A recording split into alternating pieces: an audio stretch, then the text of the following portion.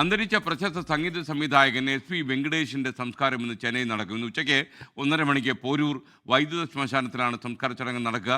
ഇന്നലെ ഹൃദയാഘാതത്തെ തുടർന്ന് ചെന്നൈ അലപ്പാക്കത്തെ വസതിയിലായിരുന്നു അദ്ദേഹത്തിൻ്റെ അന്ത്യം സംഭവിച്ചത്. വിവരങ്ങളുമായി മനീഷ് മൂർത്തി തത്സമയം ചേരുന്നു. Manish, good morning.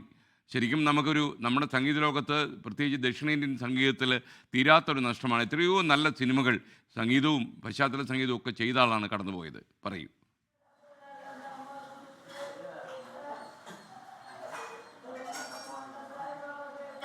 തീർച്ചയായും 40 വർഷം, 4 പതിറ്റാണ്ട് നീണ്ട സംഗീത സബരിയായിരുന്നു അദ്ദേഹത്തിൻ്റെ SP വെങ്കടേഷ് എന്ന് പറയുന്ന ഒരു പ്രതിഭയുടേത്.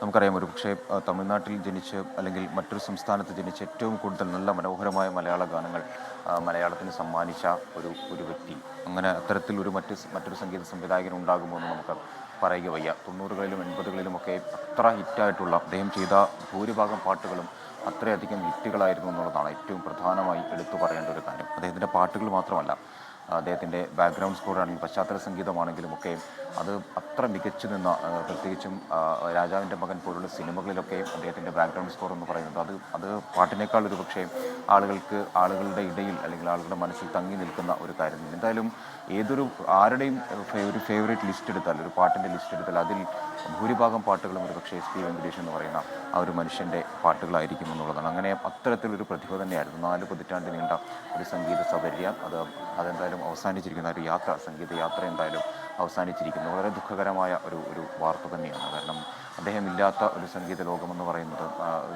ഇന്നലെയൊക്കെ പ്രതികരിച്ച പ്രമുഖ സംഗീതജ്ഞരൊക്കെ പറഞ്ഞത് അദ്ദേഹം ഇല്ലാത്തൊരു സംഗീത ലോകം എന്ന് പറയുന്നത് ഒരു വലിയ വല്ലാത്ത നഷ്ടം തന്നെയാണ് എന്നാണ് എന്തായാലും മനസ്സിലാക്കുന്നതിൽ.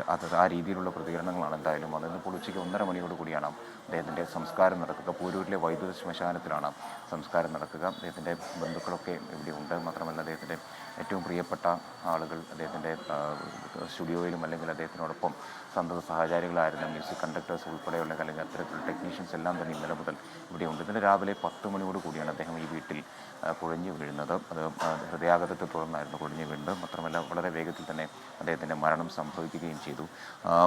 പിന്നീട് ഡോക്ടർ എത്തിയാണ് മരണം സ്ഥിരീകരിക്കുകയും ചെയ്തിട്ടുള്ളത്. എന്തായാലും SK ഇന്നിപ്പോൾ ഉച്ചയ്ക്ക് 1:30 മണിയോട് കൂടിയാണ് ആ ഒരു സംസ്കാര ചടങ്ങുകൾ നടക്കുക. അത് പോരൂരിലുള്ള വൈദ്യുത ശ്മശാനത്തിലാണ് ആ ഒരു സംസ്കാര ചടങ്ങുകൾ നടക്കുകയും ചെയ്യുന്നത്. SK.